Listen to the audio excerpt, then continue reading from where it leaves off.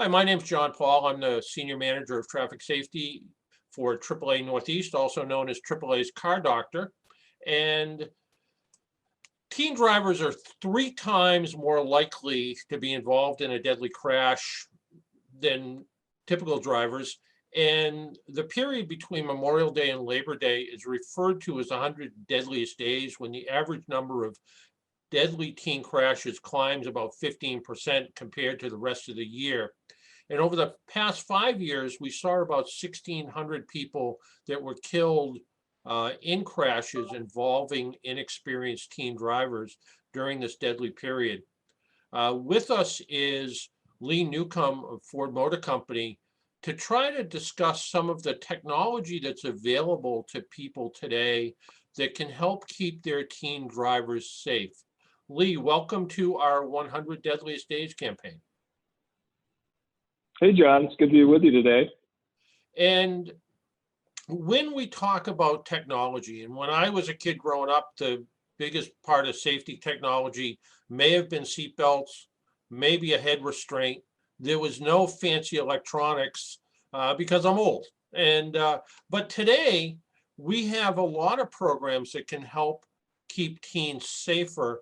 And one of them is Ford's MyKey. Can you explain that to us, what Ford's MyKey is? Yeah, Ford MyKey is a great program. We've had it in our vehicles for quite some time now. I'd say probably a little over a decade. We've had it in use.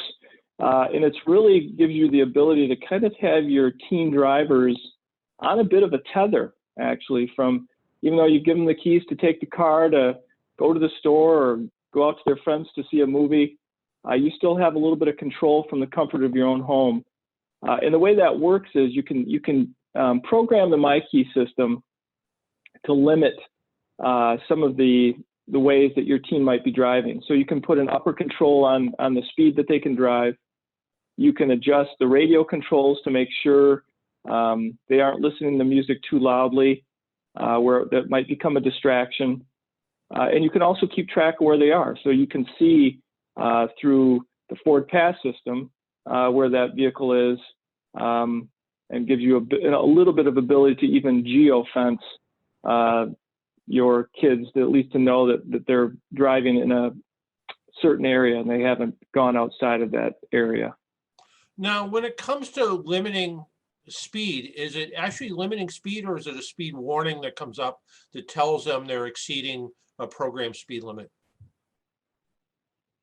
No, it will limit their speed. So you can put a top miles per hour in there that you want them to drive. Obviously, you have to factor in all conditions, but it will govern the vehicle for them.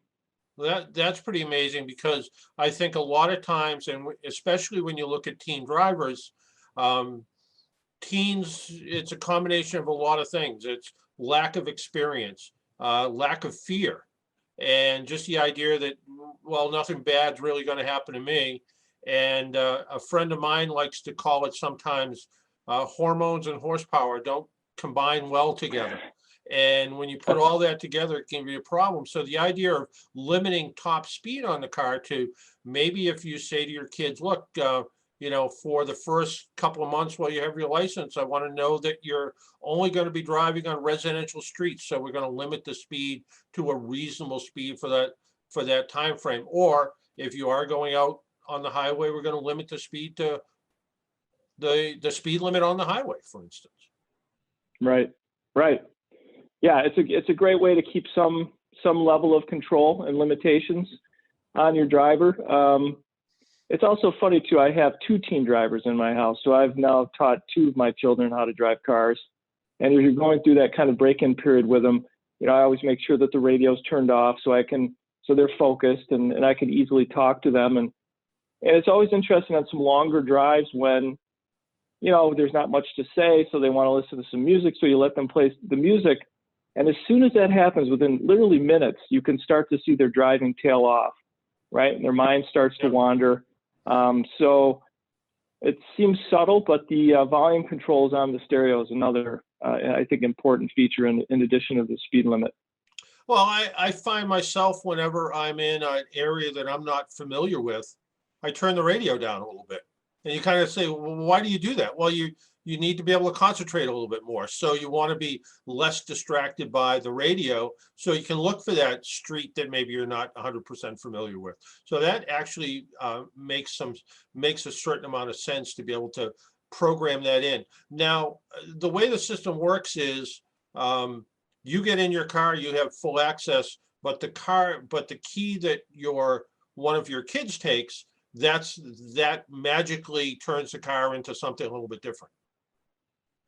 That's right. It's programmed to either the fob or the actual key.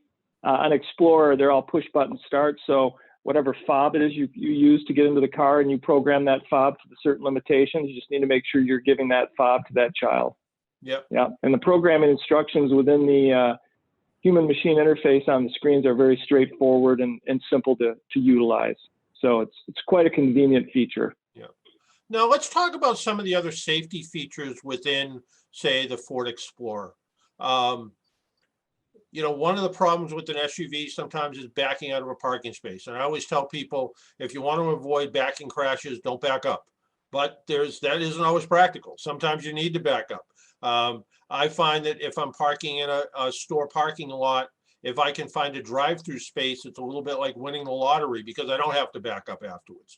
But that isn't always the case. And with the Explorer, there's the combination of backup cameras and rear sensors, right? Right. Yeah. So we have standard rear view camera on all the Explorers. So as soon as you put that car into reverse on our 8-inch or 10-inch touchscreens, you get a full display of what's behind you. It even has some distance definition lines on it that will tell you, it's green, red, green, yellow, red is the farthest out, or I'm sorry, actually closest in. So as you get closer and closer to that object behind you, you can see that you're getting too close, and then you'll also get the sensors that will beep and tell you you need to stop moving backwards, or a crash is going to be imminent. Yeah. And the idea that the vehicle can kind of see down the lane of traffic is pretty amazing too. So with cross traffic. Oh, right. Exactly. Cross traffic alert. That's a very handy feature, especially in parking lots when you can't, maybe you have a truck parked next to you or a larger SUV and you can't see around. As soon as you put that car into reverse, if there's a car coming in either direction, it will sound off an alarm, and actually on the screen will show you that, hey, you've got someone approaching from your right-hand side or someone approaching from your left-hand side. Yeah. And then on some of our higher series, we've actually even got reverse brake assist, which if a crash is imminent, it will actually apply the brakes for you. Well, that's a handy feature, certainly. And speaking of applying the brakes, a good driver, a lot of times they'll stay focused, they'll keep their eyes up, they'll stay focused on the road, and when their eyes are not on the road, their foot might kind of hover over the brake pedal to be able to do that quick stop when necessary. Ford can kind of help us out with this too by having the brakes apply automatically if we're not ready to stop, right? Right. So one of the standards we have what we call our co-pilot 360 assist or 360 program feature standard on all our Explorers, and that's a suite of driver's assist technologies that include, like you mentioned, pre-collision assist. If the vehicle is sensing that a collision is imminent, it will preload the brakes for you, which improves the stopping time for the vehicle.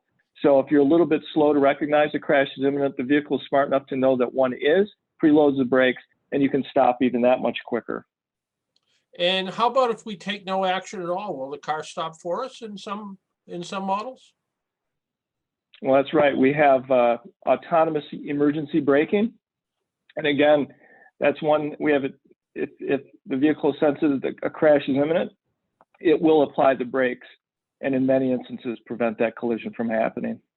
So the combination of automatic emergency braking, we talked about automatic backup braking if we're backing up when we're not seeing the object behind us, cross traffic alert, and blind spot monitoring, which has been in Ford vehicles, it seems like forever now. You combine that with the features of My Key, the idea that you're going to limit speed, you're going to some extent geofence, know where the car is going, limit the radio system to a certain volume. Certainly a whole lot safer than my first Ford Mustang that had a lap belt and not much more than that. Yeah, that's right. The level of autonomy in these vehicles is really, really impressive, and how much it's really monitoring the road around you and the driving conditions around you. And so much of it is done automatically. Like we said, pre-collision assist, autonomous emergency braking, even rain sensing wipers to help make sure your vision is clear. That's why we're an IIHS Top Safety Pick Plus in both 20 and 21 model years. One of only a few vehicles in our segment that actually have that rating. And a lot of the standard driver's assist technologies we have in Explorer are a big reason for that. And we're very proud of that. Yeah, I think as parents look sometimes to replacing, maybe they have a 12 or 13-year-old child now, and they're thinking about replacing their current car.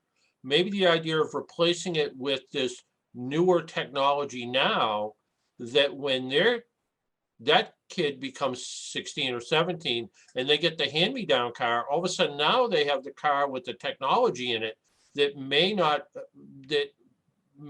be readily available as a used car, 4 or 5 years from now. So the idea of parents looking at the car they drive now as the hand-me-down car for their child when they become driving age, put all the technology in it now, so when their kids become driving age, the technology's there, they're familiar with it, but you built that into the safety package for that novice driver. Yeah, I think that's a great idea, actually. And if you think about it, you've gotten ultimately familiar with the vehicle and the safety features as you've driven it for years. You've taught your child how to learn how to drive in that car, so they're ultimately familiar with how it all works. And then, when you provide them that vehicle for their own personal use, it's like putting on a nice sweatshirt. You're comfortable and you understand how everything works, and everything's laid out well for you, and really enhances your driving experience, and most importantly, your safety and peace of mind as a parent when you're letting that child go out.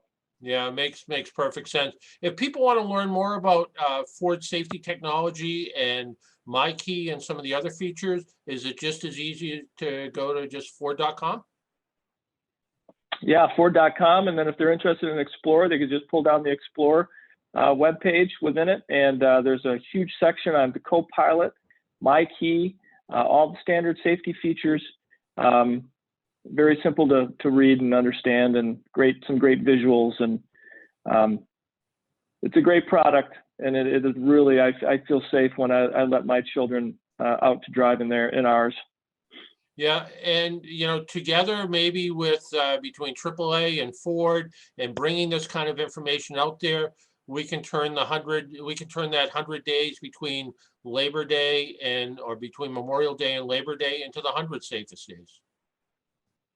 Well, I love that idea. I really appreciate your vigilance on this. This is definitely an interesting time for young drivers to be on the road, especially this year, maybe if they're not all that well practiced because of COVID protocols, etc. We're happy to do our part and glad we could take some time to explain some of the technology we have available. Well, Lee, I want to thank you for your time, and until we chat next time, stay safe and be well, and let's keep all the drivers out there safe, okay? I agree, John. Thank you very much for the time. You have a great day. You too.